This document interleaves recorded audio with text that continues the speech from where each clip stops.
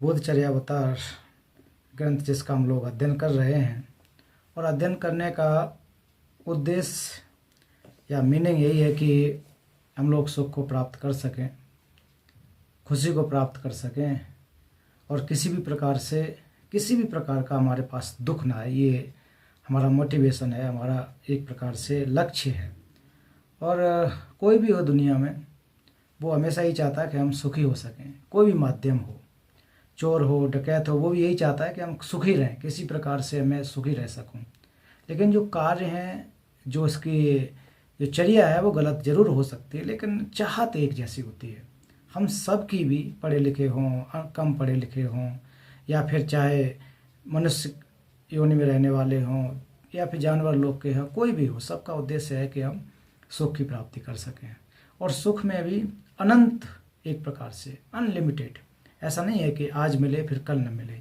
तो एक प्रकार से अनलिमिटेड हम लोग सुख की प्राप्ति करते हैं, खुशी भी प्राप्ति करना चाहते हैं, और उसके साथ साथ किसी भी प्रकार का हमारे पास दर्द ना आए, किसी प्रकार की कोई समस्या ना आए, किसी भी प्रकार से हम एक प्रकार से पीड़ित ना हों या दुखी ना हों। ये हमारी चाहत है, और वो भी कैसी है कि अनलिमिटेड, थोड़े समय के लिए नहीं।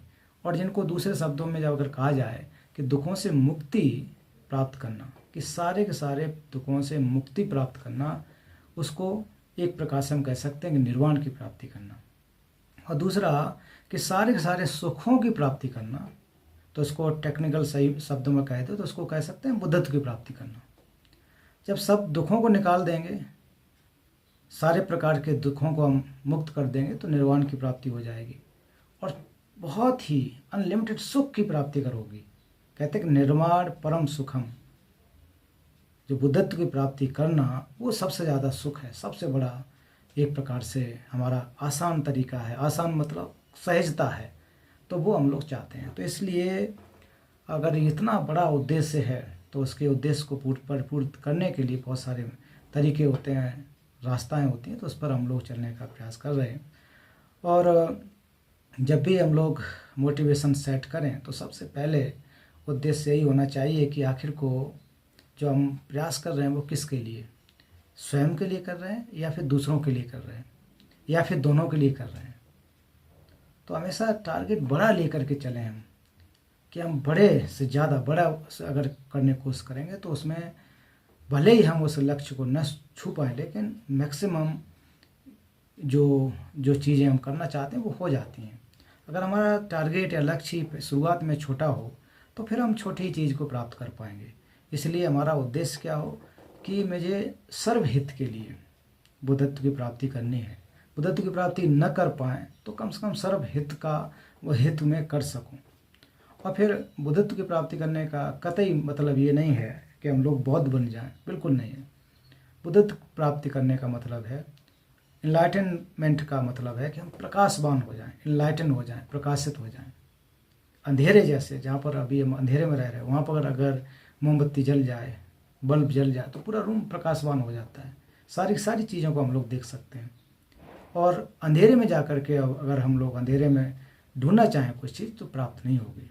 तो उसी प्रकार से हमारा जो पूरा जो चित्त है, वो एक प्रकार से अंधकार में डूबा हुआ है। अंधकार मतलब क्लेश, अविद्या, इसमें डूबा हुआ है।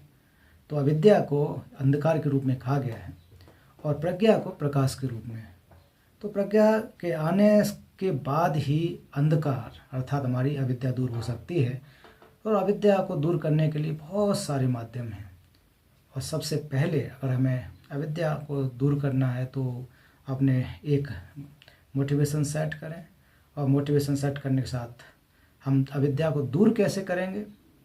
फिजिकली हम अविद्या को दूर नहीं कर सकते, ये निश्चित है कि कोई शारीरिक कसरत करके हम अविद्या को दूर कर लें, नहीं कर सकते हैं। क्योंकि ये जो चित्त एक प्रकार से चैतसिक हैं, अविद्या, तो चित्त के ये उसके सहयोगी जैसे हो जाते हैं, जो जिनकी आवश्यकता नहीं है, मूल चित्त ये नहीं होते हैं।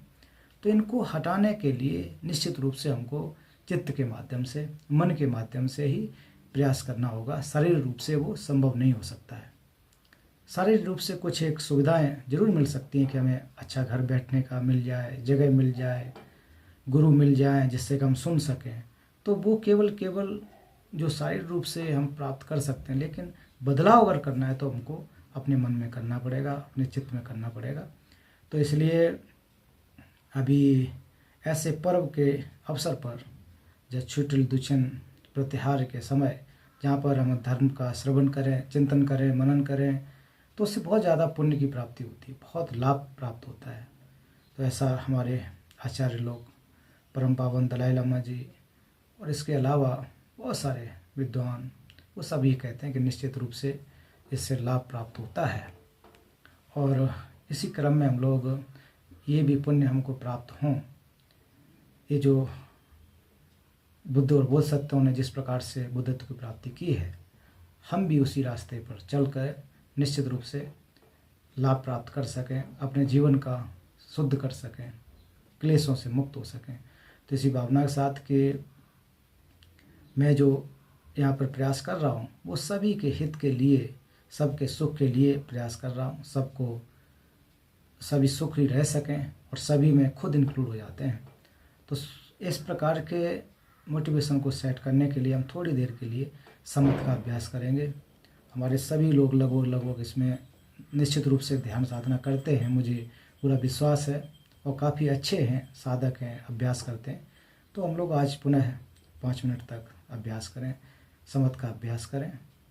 और इसमें समथ में कुल मिलाकर के मुख्य ये होना चाहिए कि जो हमारा मन है एक पागल बंदर की तरह भटकता रहता है, तो उसको किस प्रकार से एक जगह पर लेके आ सकें, उसको काबू में कर सकें। क्योंकि चित्त जो है प्रधान है, सभी के कार्यों के अगुआ है, मतलब सुप्रीम है, चाहे अकुशल कर्म हो चाहे कुशल कर्म हो, वो एक प्रकार से प्रधान है, मैन है। तो इस चित्त को हमको अपने काबू में करना है, क्योंकि बहुत अच्छे कार्य, कुशल कर्म इससे हमको करवाने हैं। तो इसलिए हम लोग थोड़ी देर तक समथ का अभ्यास करेंगे।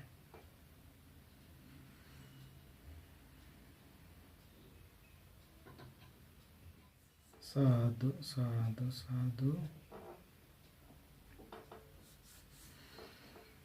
कोई बताएगा, कौन बताएगा कि भाई कौन सा कहाँ तक श्लोक तक हुआ था?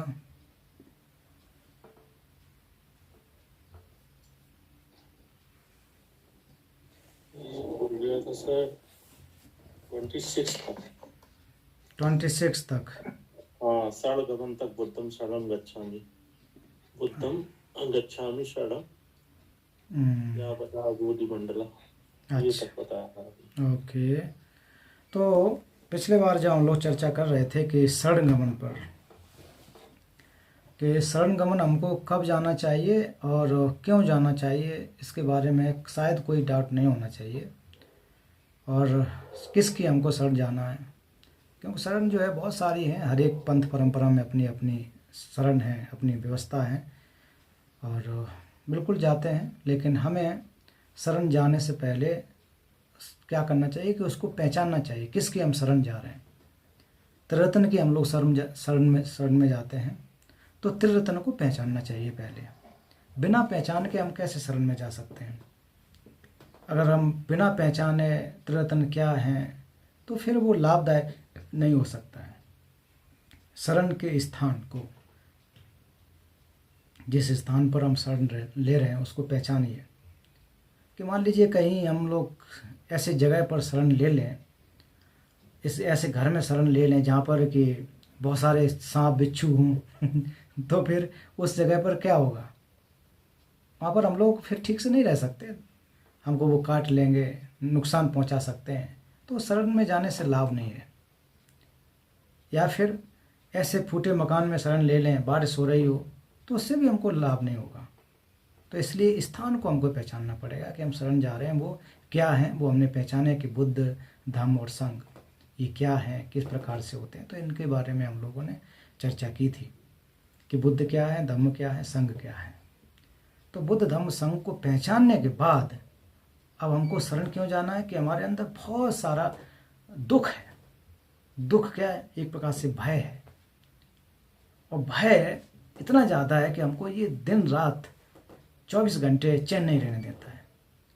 सो रहे हैं तब भी कभी सपने में डरावने सपने आ जाते हैं, भय कि हमारा ये हो गया वो हो गया, एक प्रकार से जाके खड़े हो जाते हैं। सपने में भी डर आता है, भय आता है। थोड़ा अंधेरा हो तो अरे कहीं ऐसा ना हो जाए, वैसा ना हो जाए। लौकिक एक प्रकार से हमारे जो डर हैं कितने ज़्यादा हैं। जो 8 लोक धर्म में हम लोग जीते हैं उसमें बहुत सारा डर है, बहुत जो है डर की भाव स्थिति पैदा है। या फिर हम लोग कभी देखिए जाते हैं जब कहीं ट्रेन में, जहाज़ में, तो जहाज़ जब कभी हिलने डुलने लगता है तो लगता है कि मतलब अब तो बहुत नुकसान हो जाएगा, मरे ही जाएंगे। कितना भय है इसको लेकर के, और किसको भय है कि मुझे भय है, क्योंकि हम सब अपने आप को बहुत ज़्यादा महत्वपूर्ण मानते हैं, इसमें कोई दो राय नहीं है, नो डाउट। और मानना भी चाहिए, मानव का जीवन प्राप्त है, इस जीवन को अच्छे से उपयोग करके हम बहुत अच्छे कार्य कर सकते हैं, स्वयं का हित कर सकते हैं, परहित कर सकते हैं। तो ये बहुत इम्पोर्टेंट है, बहुत ज़्यादा इम्पोर्टेंट है। लेकिन हम इसको पहचानने की जो गलती करते हैं वो स्वार्थी चित्त को लेकर के कर लेते हैं, सेल्फिश होकर के, तब वहाँ गलती आ जाती है कि मैं और मेरा करके जो बहुत ज़्यादा लगाव की स्थिति जब आ जाती है तो वहाँ पर एक गड़बड़ हो जाता है। तो हमको क्या करना है कि इसको हमको पहचानना पड़ेगा, अच्छी तरह से जान लें कि आखिर को क्या है, क्यों है। और डर है भवचक्र का, हम बिना भवचक्र में डर को समझे शरण में नहीं जा सकते। कि मैं बार बार इसके बारे में कहता हूँ कि अगर वास्तव में हम लोगों ने डर के, भवचक्र के डर की वजह से शरण गए हैं तो वो रियल वास्तव में शरण है। अगर ऐसे ही गए कि मेरे माँ बाप गए, परिवार के गए, मैं भी चला जाता हूँ, उस परंपरा से हूँ, तो फिर वो लाभदायक नहीं होगा। फिर तो वो एक प्रकार से कहते हैं कि भेड़ चाल हो जाएगी। सीधा मैं अगर बोल दूँ कि चलते आ रहे हैं, हम भी चले जाते हैं, घूम फिर के आ जाएंगे, देखो वहाँ पर क्या है, क्योंकि हमको किसी ने ट्रिगर नहीं किया, किसी वजह नहीं बनती है कि हम क्यों गए। तो भवचक्र के स्वयं के जो डर हैं और भवचक्र के मतलब आसपास के जितने भी दुख हैं, अन्य प्राणियों के दुख हैं, तो उन सबको देख कर के मन में अगर जो विचलन पैदा हो, अगर इस प्रकार की विचलन पैदा होती है, इस प्रकार की घबराहट पैदा होती है कि नहीं ये तो बहुत ज़्यादा खतरनाक स्थिति है, हमारे पास सब कुछ है, आसपास बहुत कुछ है, लेकिन फिर भी इतना ज़्यादा भय है, कहीं ना कहीं हमको भय खाया जा रहा है, तब जा कर के निश्चित रूप से हम शरण में जा सकते हैं। उनको एक ठीक होने के लिए हम कोशिश करेंगे। जब हम बीमार होते हैं तो कितना वो भाग दौड़ करते हैं, कहते हैं कि कहीं का भी डॉक्टर हो, कहीं जाना पड़े, विदेश में जाना पड़े, हमको ठीक करना है। तो इस उदाहरण से समझ सकते हैं कि कितने ज़्यादा हम इम्पोर्टेंट हैं, कि हमको भय कहीं मर न जाए, मृत्यु ना आ जाए। तो मृत्यु तो निश्चित है, लेकिन इसलिए अभी ना आ जाए मृत्यु, क्योंकि हमारे को हमको बहुत कार्य करने हैं। और जो बुद्धत्व की प्राप्ति करने की तरफ बढ़ता है वो हमेशा ही कहता है कि अभी मृत्यु ना आए, क्योंकि आने वाले जीवन में हमको पता नहीं है। अभी तक हमने जो है कि जो दार्शनिक तरीके से, धार्मिक तरीके से पाप देशना जो हमको करनी है, इन जो अकुशल कर्मों को हमको ठीक करना है, कुशल कर्मों को करना है, आने वाले जीवन में पता थोड़ी नहीं है कि हम कहाँ पर जन्म लें, किस प्रकार से हों, क्योंकि हमारे जो अनादिकाल से जो अकुशल कर्मों का एक प्रकार से बहुत बड़ा पिटारा जैसा है, बहुत सारे हमने अकुशल कर्मों का संचय करके रखा, तो उनको भी तो हमको परिशुद्ध करना पड़ेगा, क्लेशों को हटाना पड़ेगा, इसलिए कहीं हमको मौत ना आ जाए। लेकिन जो हम सामान्य लोग होते हैं वो केवल लगाव की वजह से, स्वार्थ की वजह से, हाय अगर मेरी आज मौत हो जाती है तो इतना बड़ा साम्राज्य मैंने खड़ा किया वो सब नष्ट हो जाएगा, मेरे पति पत्नी, या जो पति सोचेगा मेरा बच्चे पत्नी का क्या होगा, पत्नी सोचेगा मेरा हस्बैंड का क्या होगा अगर मैं अभी अकाल मौत को प्राप्त हो जाऊं। तो हम लोग केवल लौकिक तरीके से सोचते हैं, लेकिन जो इस मार्ग में प्रवेश होकर के सोचता है वो सोचता है कि इसलिए मौत न हो क्योंकि हम फिर जो कार्य बाकी हैं, अधूरे हैं, अभी मैंने पापों का भी संचय नहीं किया, माफ किए संचय मतलब उनका एक प्रकार से देशना नहीं कर पाए, पाप देशना अभी हम लोग जो पढ़ रहे हैं तो उसका पश्चाताप नहीं कर पाया। तो इसलिए मार्ग में जो बुद्धत्व की प्राप्ति करने के लिए क्या चीज़ें हैं, 3 क्रम जो है बहुत ज़्यादा महत्वपूर्ण है। तो हम लोग पूरा सार के जो भी ग्रंथ आप पढ़ें, कभी भी पढ़ लें, उसमें अगर और संक्षेप में समझोगे तो कौन से होंगे। पहला जो है कि वैराग्य का चित्त उत्पन्न होना चाहिए, वैराग्य की भावना, रेनंसिएशन, नेजोंग जिसको बोला जाता है, कि ये चित्त अगर उत्पन्न हो। और वो चित्त कैसे होगा? जब भवचक्र के दुखों को समझेंगे कि इसमें कोई भी सार नहीं है, ये बहुत ज़्यादा डरावना है, तब जाकर के भवचक्र से हमारा क्या होगा? वैराग्य उत्पन्न होगा। तब जाकर के उससे हमारा मन हटेगा। नहीं तो हम तो लिप्त हैं, तो किस बात का शरण? शरण जाने से भी क्या फ़ायदा होगा? कोई लाभ नहीं है। अगर हम चले भी गए फिर भी उन चीज़ों में लगे हुए, तो वैराग्य क्या उत्पाद करना, नेजुंग, तो वो तभी होगा जब हम दुखों को समझेंगे किस प्रकार से हैं। बुद्ध ने कहा दुख है, दुख को समझो। अब जैसे ही दुख को हम समझेंगे तब जाकर के वैराग्य का चित्त उत्पन्न होगा, रिनंसिएशन का चित्त उत्पन्न होगा। तो रिनंसिएशन हम लोग बहुत हल्के में ये सोच लेते हैं कि मतलब घर बार को छोड़ देना, बैरागी हो गए, सामान्य कहते हैं ना बैरागी हो गए। तो बैरागी का मतलब वो नहीं है कि आप घर छोड़ दो।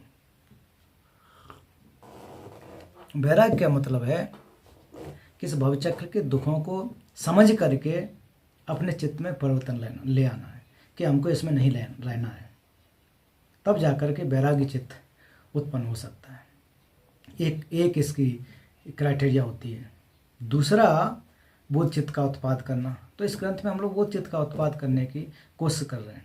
पहले हमने बोध चित्त के बारे में समझा कि आखिर को बोध चित्त क्या है, इसकी महत्वता क्या है, इससे लाभ क्या हो सकते हैं। तो पहले अध्याय में बोध चित्त अनुशंसा, तो बोध चित्त उत्पन्न करें। तो बोध चित्त का उत्पाद करने का मतलब ये भी नहीं है कि हम बुद्ध बन जाएं, बुद्धिस्ट बन जाएं, बिल्कुल नहीं है। बुद्ध के फॉलोवर बने तभी जाकर के हम बोध चित्त उत्पाद कर सकते हैं, बिल्कुल नहीं है। बोध चित्त मतलब ऐसा चित्त जो सबके लिए सोचता हो, जो बुद्धत्व की प्राप्ति करने के लिए सोचता हो। तो इस प्रकार का बोध चित्त हमको चाहिए, इस प्रकार का मन चाहिए हमें। चाहिए कि नहीं चाहिए? सहमत हैं? सहमत है ना? तो इतने हम लोग तो चाहते हैं सभी लोग कि इस प्रकार का चित्त चाहिए। अब मुझे अकेले चाहिए, नेगी जी को चाहिए, वकील साहब को चाहिए, ऐसा नहीं है। सारे के सारे हमारे लोग यहाँ बैठे हैं, इसके अलावा भी वो चाहते हैं कि हमें ऐसा चित्त मिले कि हम जो है सुख की प्राप्ति कर सकें, और सुख की प्राप्त करने के बाद हमारे और लोगों को भी मैं मदद कर सकूं। इस प्रकार की भावना हमारे अंदर होती है और आनी चाहिए। तो बोध चित्त मतलब संक्षेप में तो ये छोटा नहीं है, छोटी बात नहीं है, बहुत बड़ी। इस प्रकार के चित्त को सार्वभौमिक, यूनिवर्सल, एक जिम्मेदारी वाले चित्त को उत्पाद करना है। और सरल शब्दों में अगर समझें कि पूरी जिम्मेदारी लेकर के इस दुनिया में इतना ज़्यादा दुख है, परेशानी है, उनके दुखों को मैं दूर करूँगा, ऐसी करुणा उत्पन्न होकर के, ऐसा प्रेम मन में, तब जाकर के हम बोधि का उत्पाद करेंगे। नहीं तो तथागत बुद्ध को अर्थात सिद्धार्थ गौतम को क्या पड़ी थी? आराम से रहते राजमहल में, उनके पिता बहुत बड़े मतलब राजा थे, शासन चल रहा था, अगले राजा वही हो जाते। तो उन्होंने देखा कि इससे लाभ नहीं होगा, इससे लोगों का हित नहीं हो सकता, मेरा भी हित नहीं हो सकता। तब उस चार दीवारी से निकल करके उन्होंने जो है प्रयास किया, और आप प्रयास करने के बाद आज देखो कितना कारगर है, जो उन्होंने एक नई दवा की खोज की। तो इस प्रकार की चीज़ों को हमको क्या करना पड़ेगा? उत्पाद करना पड़ेगा, चित्त को उत्पाद करना पड़ेगा। तीसरा क्या होता है कि शून्यता का ज्ञान होना चाहिए। शून्यता मतलब प्रति समुत्पाद को और समझो आसान में, इंटरडिपेंडेंट का ज्ञान होना चाहिए, एम्प्टीनेस का ज्ञान होना चाहिए, तो ये क्या होता है कि इसका मतलब कि जो भी चीज़ें हम देख रहे हैं वो स्वभाव से सिद्ध नहीं है। एक बहुत सामान्य अर्थ में समझें कि जिनको लग रहा है कि अपने आप से हैं, स्वयं से बन जाती हैं, ऐसा नहीं है। वो कोई भी चीज़ बनने के लिए, उत्पाद होने के लिए उसको क्या होना चाहिए कि एक दूसरे पर आश्रित होते हैं, डिपेंड होते हैं। डिपेंड होकर के जा कर के ये बनते हैं। अगर हम देखें कि अपने शरीर को भी, इसमें ये जो स्थूल टाइप का एक प्रकार से अभी ये दिखाई दे रहा है, उसमें और एनालाइज करोगे तो एटम्स के अलावा क्या मिलेगा उसमें? और लाखों, करोड़ों, अरबों, खरबों एटम्स होंगे। मुझे तो नहीं पता कितने एक बॉडी में एटम्स होते होंगे। तो उतने एटम से मिलकर के बना। फिर एटम के अंदर भी आप जाओगे, इलेक्ट्रॉन, प्रोटॉन, न्यूट्रॉन, फिर और मीजॉन, और चलते जाओगे तो बहुत सारी चीज़ों एक दूसरे पर आश्रित हैं। ऐसे आप समझेंगे हम सब लोग। अब ये सब चीज़ें आश्रित हैं, तो इसका मतलब कोई भी चीज़ स्वभाव से सिद्ध नहीं है, अपने आप से नहीं है। जबकि हम लोग ऐसा मान बैठते हैं कि मैं और मेरा का मन जो आता है कि मैं ऐसा हूँ, वे ऐसा हूँ। पहले तो हमको मैं को पढ़ना पड़ेगा, समझना पड़ेगा आखिर कोई है कहाँ, किस प्रकार से है, इंडिपेंडेंट है, डिपेंडेंट है, कैसे है, ये हमको पहचानना पड़ेगा। क्योंकि हम 24 घंटे मैं और मेरा का, मेरा नाम खराब हो गया, मैं बहुत बड़ा विद्वान हूँ, मेरे परिवार के साथ ऐसा कर दिया। ऑफकोर्स सही बात है, जो हमारे आसपास के लोग हैं कंसर्न होता ही है, लेकिन फिर भी और गहराई से जाके देखोगे और देखोगे तो ये इस प्रकार का मैं और मैं जो कह रहा हूँ मेरा, कोई चीज़ एग्जिस्ट नहीं करती है। कुछ भी नहीं आसपास जो दिख रहे हैं वो स्वभाव से नहीं है, कन्वेंशनल रूप से है। और जितनी भी चीज़ें हम लोग कन्वेंशनल रूप से उसमें पढ़ते हैं वो एक प्रकार से हमारा एक रॉन्ग व्यू जैसा बन जाता है। असत्य को सत्य मान लेते हैं, असुचि को शुचि मान लेते हैं। मतलब जो चीज़ हम देख रहे हैं कि वो कंटामिनेटेड, उसको हम मान लेते हैं कि एकदम क्लीन है, साफ़ है। लेकिन नहीं, जब जैसे जैसे आप एनालाइज करोगे तब जाके पता लगेगा कि हमारा भ्रम है। तो शून्यता का दर्शन हमारे भ्रम को काटता है, जो मिथ्या विकल्प है उसको हटाता है। तो मिथ्या विकल्प को हटाएंगे, रियलिटी को जब हम समझ जाएंगे, वास्तविकता को समझेंगे, तो फिर क्या होगा कि प्रज्ञा हमारे अंदर उत्पन्न होगी। वास्तव में शील समाधि प्रज्ञा में जो बुद्ध जो प्रज्ञा की बात कह रहे हैं, वो कह रहे हैं कि शून्यता का परिलक्षित मतलब डायरेक्ट आपने जो नॉलेज प्राप्त कर लिया हो, प्रतिसमत्वाद को डायरेक्ट तरीके से अगर समझ लिया हो, तो जाकर के आप वास्तव में प्रज्ञा का उत्पाद हमारे अंदर हुआ है, आपके अंदर हुआ है, शील समाधि प्रज्ञा। तो इस तरह का अगर हम विचार लेकर चलेंगे तब जानेंगे कि जो बुद्धत्व प्राप्त करने के लिए जो सीढ़ियाँ के रूप में कहें या एक जो क्राइटेरिया कहें, तो पहले हमारे अंदर वैराग्य चित्त उत्पन्न हो, बोध चित्त उत्पन्न हो। वैराग्य मतलब न्यायों की संपा, फिर झंझुक स्वयं, फिर तो ही तो पे सिरप, मतलब वैराग्य रिनंसिएशन हो, बुद्ध चित्त उत्पाद हो, और तीसरा जाकर के एम्प्टीनेस या शून्यता का ज्ञान हमारे अंदर डायरेक्ट अगर हो। ये अगर हम करेंगे तो निश्चित रूप से मार्ग के 3 क्रम हैं जो जेरिम्पोछे जी ने अपनी किताब में लिखा है, प्रधान त्रिविध मार्ग क्रम, लमचो नमसुम। आप लोगों ने कभी मौका देखा होगा, वक्त आएगा तो पढ़ाएंगे। तो बुद्धत्व की प्राप्ति करने के लिए ये 3 जो है मार्ग के प्रमुख हैं। ये हमको अगर पता लगे कि मार्ग के प्रमुख क्या क्या हैं, मार्ग मतलब बुद्धत्व को प्राप्त करने के लिए 3 प्रमुख चीज़ें क्या हैं, तो हम लोग बहुत आसानी से आप बता सकते हैं। सबसे पहले वैराग्य आना चाहिए हमारे अंदर, दूसरा बोधचित्त उत्पन्न होना चाहिए, तीसरा प्रज्ञा मतलब शून्यता रूपी प्रज्ञा हो, फिर हम बुद्ध बन सकते हैं। तो ये हमको अच्छी तरह से समझना चाहिए। बुद्ध की शरण जाने में अंधविश्वास नहीं होना चाहिए कि अंधविश्वासी होकर के हम लोग शरण चले जाएं तो लाभ नहीं होगा। क्योंकि बुद्ध पहले ही कह चुके हैं, मैं आपका हित नहीं कर सकता हूँ, मैं आपके दुखों को दूर नहीं कर सकता हूँ, पापों को नहीं हटा सकता हूँ, ना तो अपने ज्ञान को डाल सकता हूँ आपके अंदर। तो यहाँ बुद्धि का खेल है ना, बुद्धि विवेक का खेल है यहाँ। तो बुद्धि विवेक का जहाँ खेल है वहाँ फिर इस प्रकार से कि हाय हमको कोई बचा लेगा, अब सारा का सारा हमारा कल्याण हो जाएगा, मेरा तो कुछ नहीं करना, सब कह देते ना ऊपर वाला कर देगा। तो ऊपर वाला बुद्ध कहते हैं कि ऐसा कुछ नहीं है, जो है वो यही है, आपको खुद मेहनत करनी पड़ेगी। अगर भूख लगी है तो किचन में जाकर के कुछ बनाइए। अब इसमें ऊपर वाले का अगर मैं ऐसे करने लग जाऊं शायद कोई बनाने नहीं आएगा, खुद बाज़ार जाना पड़ेगा, सब्जी लानी पड़ेगी, काटने पड़ेगा, बनाना पड़ेगा, तब जा कर के हो सकता है। तो ये हमको प्रज्ञावान, हमारे ग्रुप में सारे प्रज्ञावान आप लोग अधिकारी लोग हैं, अध्ययन करते हैं, कहीं ना कहीं लगे हुए हैं। तो ये बुद्ध का जो दर्शन है, और देखिए उसमें बुद्ध के शासन में आने वाले आप अगर उसको देखोगे तो बहुत प्रज्ञावान लोग थे। 5 वर्गीय जो भिक्षु कहे जाते हैं पहले, उनकी मेंटल स्टेट बहुत ऊंची थी, बहुत अब साधक थे। बुद्ध को छोड़ करके जो आए थे वो ऐसे वैसे नहीं थे, लेकिन वो क्या कर रहे थे कि शून्यता रूपी ज्ञान को प्राप्त नहीं कर पा रहे थे, आत्म को नहीं छोड़ पा रहे थे। लेकिन वो छोटे मोटे हों ऐसा नहीं है, क्षण भर में जैसे भगवान बुद्ध ने उपदेश दिया कौंडिन्य को, तो क्या कहते हैं कि मार्ग में प्रवेश हो गए, अरहत पद की प्राप्ति हो गई। कैसे हो गए? एक दिन में तो नहीं हो जाता है प्रज्ञावान। तो इसलिए सारे के सारे लोग जो है, अभी मैं बिल्कुल नहीं कहता हूँ कि जो प्रज्ञावान अर्थात जो कम प्रज्ञा के हैं वो नहीं आ सकते, बिल्कुल आ सकते, लेकिन मेहनत करने की यहाँ पर ज़रूरत होती है। तो इसलिए हम लोग को ये शरण गमन अब डाउट नहीं होना चाहिए और खास करके जो अगर हमारे ग्रुप के भाई बहन हैं, अगर पूछा जाए शरण गमन क्यों गए, तो क्या उत्तर होना चाहिए हमारा? हम शरण गमन क्यों गए? कुंछो ग्यालपो जी, कोई आइडिया? नहीं, शरण क्यों जाते हैं, वजह क्या है, क्या क्या क्यों जाना पड़ रहा है शरण में हमको? ऐसी क्या मजबूरी है? ये एक उत्तर दो सीधा, बस सटा खटाक से, बस इसलिए जाते हैं।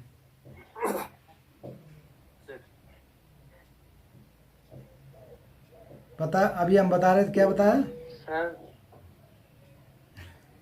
शरण गमन इसलिए जाते हैं किसी डर और भय, हाँ, भय, वो उसकी वजह से शरण गमन बिल्कुल, बहुत बढ़िया भय बताया। से शरण गमन जाते हैं। हाँ, भय की वजह से, कि हमारे अंदर भय है। कौन सा भय? अभी बताया, भवचक्र का भय है ना, तो इस वजह से शरण जाते हैं। ये सहमत हैं बनते से, जो भी और भी लोग हैं, कि बनते ही सही कह रहे हैं? जी सर, जी जी बिल्कुल। तो ये अब हमको पता होना चाहिए, हम लोग शरण इसलिए जा रहे हैं, भय है। अब डॉक्टर कमला के पास जो लोग आते हैं, मरीज लोग, तो बेचारे भय की वजह से, पेशेंट कहते हैं डॉक्टर साहब हमको पहले देख लो, ये कल से इसको जो है सांस नहीं आ रही है, कल से पेशाब नहीं आ रही है, कितना भय है, पूरे परिवार के लोग दुखी हैं। तो कहीं ना कहीं ये लौकिक रूप से भय है, लेकिन वो भवचक्र के भय को नहीं देख पाते हैं। लौकिक रूप के जब भय को देखते हैं तो डॉक्टर के पास जाते हैं, अपनी परेशानी देते हैं, तो फिर डॉक्टर कहते हैं कि हम जो है अभी दवा देते हैं, अच्छे से करते हैं। तभी हमको शरण भी जाना है, दवा भी लेने, तो यही तो कहते हैं कि अच्छे डॉक्टर के पास जाओ, क्योंकि वो हमको ठीक कर दे। बहुत अनुभव है उनको, बहुत सारे मरीजों को ठीक किया। अब जिसको कुछ भी पता नहीं है, या वो है ही नहीं क्वालिफाइड, तो वहाँ जा करके तो हमारी क्या होगी, दुर्दशा हो सकती है, मौत हो सकती है। तो इसलिए हमको शरण क्यों, भय को पहचानने के बाद फिर शरण किसकी जाना है? जो वास्तव में शरण के स्थान हैं, जो वास्तव में हमको ठीक कर सकते हैं, रास्ता दिखा सकते हैं। तो इसके लिए हमको शरण जाना चाहिए। बहुत ही गंभीरता से हम सबको समझना पड़ेगा कि हम लोग ऐसे वैसे नहीं जा रहे हैं, हम लोग वाकई डर की वजह से जा रहे हैं। अब डर पैदा नहीं करना है कि ऐसा नहीं कि मैं यहाँ पर आप लोग बैठ के कि डर पैदा कर रहा हूँ कि ऐसा नहीं करोगे, ऐसा नहीं, ऑलरेडी है। ये कब से चला आ रहा है, कब से चला आ रहा है ये भय? आज से नहीं है, अनादिकाल से, तब से ये भय, इसको हमको दूर करना है। और वो भय तभी दूर हो सकता है, डर तभी दूर हो सकता है, जब हम अपने अंदर के क्लेशों को नष्ट करें। वो जिस दिन भय मुक्त हो जाएंगे, उस दिन निर्वाण की प्राप्ति हो जाएगी। और जिस दिन हमको परम सुख मिल जाएगा, वो हम बुद्धत्व की प्राप्ति कर लेंगे। सीधी बात।